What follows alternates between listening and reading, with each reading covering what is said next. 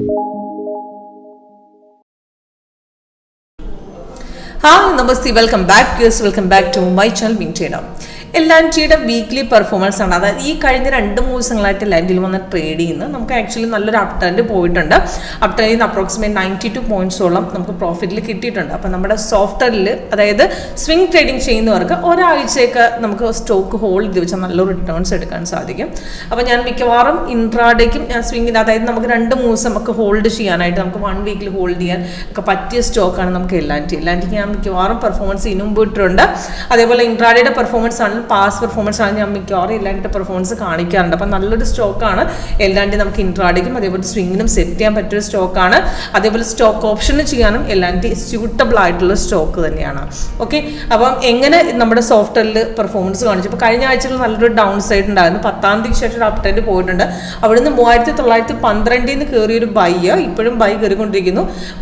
Market study ആയിട്ടൊരു by അല്ലേ, എന്നാലും ഇടയ്ക്കൊന്ന് ഇറക്കമൊക്കെ ഉണ്ടായിരുന്നു. പക്ഷേ എന്നാലും നമുക്ക് സ്റ്റോക്കിൽ നമുക്ക് ഹോൾഡ് ചെയ്ത് വെച്ചൊക്കെ നല്ലൊരു റിട്ടേൺ കിട്ടിയിട്ടുണ്ട്.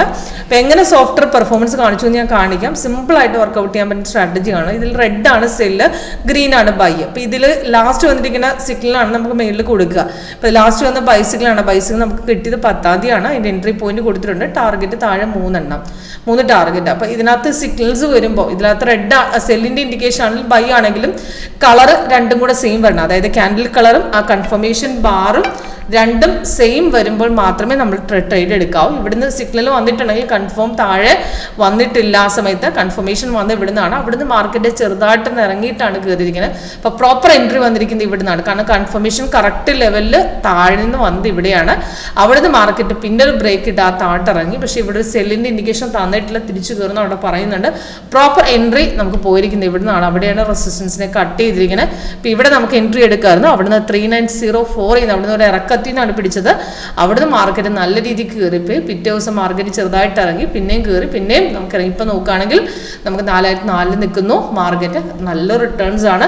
ഇന്ന് മോർണിംഗിൽ ഒരു ഇറക്കം ഉണ്ടായിരുന്നു. പക്ഷേ സോഫ്റ്റ് അവിടെ നമുക്ക് സ്വിംഗ് ട്രെയിൻ അതായത് 30 മിനിറ്റ്സിൽ നമുക്ക് അവിടെ ബൈ തന്നെ ഹോൾഡ് ചെയ്യാനാണ് പറഞ്ഞത്. കാരണം മാർക്കറ്റ് തിരിച്ചു കയറുന്ന അവിടെ ഇൻഡിക്കേഷൻ തന്നിട്ടുണ്ട്.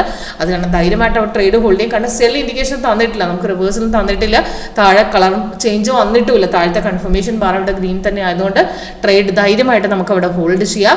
എക്സ്ട്രാ കളർ വരുമ്പോൾ കട്ട് ചെയ്താൽ മതി. ഈ മാർക്കറ്റിന്റെ അപ്പ് ഡൗൺസ് ആണെങ്കിൽ ലൈനിൽ നമുക്ക് കളർ ചേഞ്ച് കാണിക്കുന്നത്. പക്ഷെ താഴെ ബാർ കളർ മാറിയിട്ടില്ലെങ്കിൽ മാർക്കറ്റ് നമുക്ക് ഇപ്പോഴും ബൈ സോണാണ്, കയറാൻ ചാൻസ് ഉണ്ട്.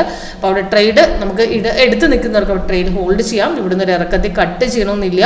അല്ല നമ്മൾ പ്രോഫിറ്റ് ലെവലിലാണ് നിൽക്കുന്നതെങ്കിൽ നമുക്ക് ഒരുപാട് റിവേഴ്സിൽ പോകുന്നതിന് എക്സ്ട്രാ കളർ കാണിക്കുമ്പോൾ അവിടെ കട്ട് ചെയ്താൽ മതി. അല്ലെങ്കിൽ നമുക്ക് ആക്ച്വലി ഇവിടെ സൈഡ് ബേസ് ഇവിടെ ട്രെൻഡ് റിവേഴ്സിൽ പോകുന്നതനുസരിച്ച് നമുക്ക് ഇവിടെ റിവേഴ്സിൽ കാണിക്കും. ആ സമയത്തും കട്ട് ചെയ്യാം. അല്ലെങ്കിൽ താഴെ ബാർക്കളും മാറി വരെ ധൈര്യമായിട്ട് നമുക്ക് ആ ട്രേഡ് ഹോൾഡ് ചെയ്യാവുന്നതാണ്. അപ്പോൾ സിമ്പിളായിട്ട് വർക്കൗട്ട് ചെയ്യാൻ പറ്റുന്ന സ്ട്രാറ്റജിയാണ് നമ്മുടെ ലേറ്റസ്റ്റ് വേർഷൻ 8.1.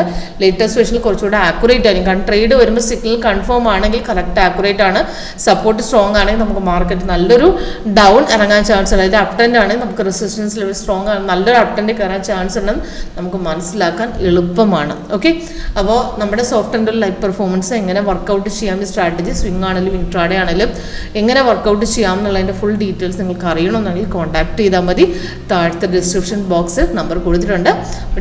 കൂടുതൽ ഡീറ്റെയിൽസിനായിട്ടും നമ്മുടെ സോഫ്റ്റ്വെയറിൻ്റെ 8 ടൈപ്പ് സ്ട്രാറ്റജിയെക്കുറിച്ചും 2 സ്കാനർ അതായത് നമ്മൾ 2009 സ്റ്റാർട്ട് ചെയ്തപ്പോൾ തുടങ്ങിയ 8ാമത്തെ ഫസ്റ്റ് സ്ട്രാറ്റജിയാണ്. ഇപ്പോൾ എത്തിക്കുന്ന 8ാമത്തെയാണ്. അപ്പോൾ ഇതിന് ഫുൾ ഡീറ്റെയിൽസ് അറിയാൻ കോൺടാക്ട് ചെയ്യുക. താഴെ ഡിസ്ക്രിപ്ഷൻ ബോക്സിൽ നമ്പർ കൊടുത്തിട്ടുണ്ട്. Thank you.